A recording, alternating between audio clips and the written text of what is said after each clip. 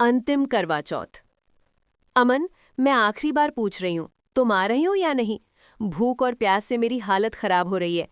छत पर चांद देखने आई थी तो पड़ोस की मौसी ऐसे घूर रही थी जैसे मुझे खा जाएंगी। लगता है कमारी लड़की का करवा चौथ रखना भी गुनाह है। फोन के उस पार अमन मुस्कुराया। किसने कहा था तुमसे शादी से पहले व्रत रखने को? अब 16 श्रृंगार करके चांद देखोगी तो लोग तो देखेंगे ही। बस बस, ज्यादा मत बनो। याद रखना, ये आखिरी करवा चौथ है जो मैं बिना शादी के तुम्हारे लिए रख रही हूँ। इस साल के अंत तक अगर तुमने साफ जवाब नहीं दिया ना, तो अगला करवा चौथ किसी और के लिए होगा। अरे अरे, डर क्यों रही हो? जिस पति के लिए तुम अगला करवा चौथ रखोगी वो मैं ही होऊंगा। दिवाली के बाद गांव का टिकट कर लिया है।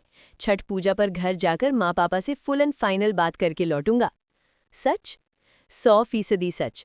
अब त्योहार के दिन लड़ाई करके अपना ग्लो मत खराब करो। नीचे देखो, तुम्हारा चांद गेट पर ही खड़ा है। अमन की बात सुनकर सिया के चेहरे पर मुस्कान आ गई। वो दौड़कर पूजा का सामान लेने कमरे में चली गई। कुछ देर बाद दोनों छत पर खड़े करवा चौथ की पूजा कर रहे थे। सिया और अमन का रिश्ता कॉलेज के दिनों से था।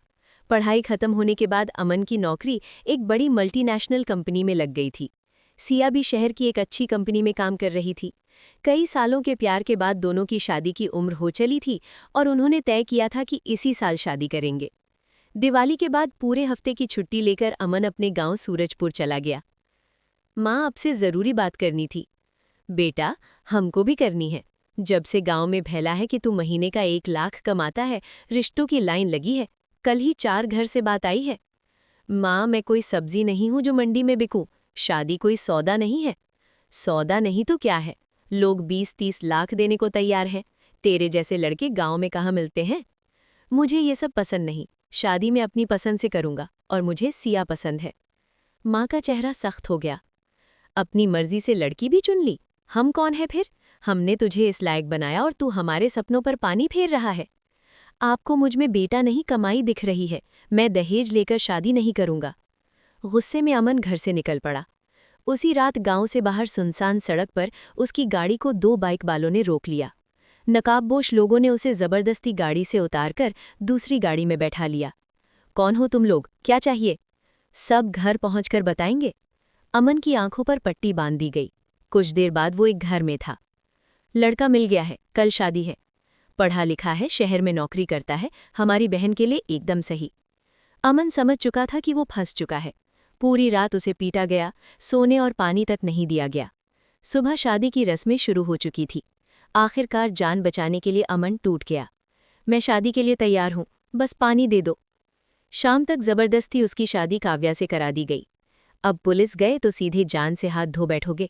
काव्या के भाई ने धमकी दी। अगली सुबह मरहम पट्टी कर थोड़ा खाना देकर काव्या को अमन के साथ विदा कर दिया गया। सूरजपुर से दिल्ली का रास्ता लंबा था, लेकिन दोनों के बीच की चुप्पी उससे भी लंबी। गाड़ी रोक लीजिए, बहुत भूख लगी है, काव्या ने धीरे से कहा। अमन ने गाड़ी रोक दी। जो खाना है खा लो, मुझे कुछ नहीं चाहिए। काव्या चाय लेकर लौटी, लेकिन अमन ने कब गिरा दिया।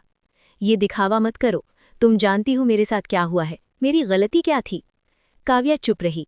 उसके पास कोई जवाब नहीं था। अब सवाल ये था, क्या अमन इस रिश्ते को स्वीकार कर पाएगा या ये जबरदस्ती की शादी दोनों की जिंदगी बर्बाद कर देगी? कहानी का अगला मोड़ क्या होगा, जानने के लिए जुड़े रहिए।